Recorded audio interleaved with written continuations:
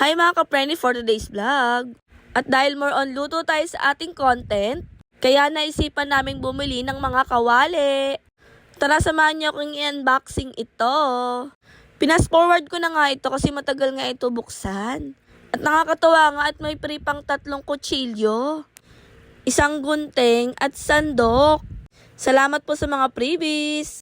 Sa live selling ni TikTok Shop nga pala namin ito nabili. At kita nyo naman, balot na balot talaga siya. Talagang inayos nila yung pagkakapackaging dito.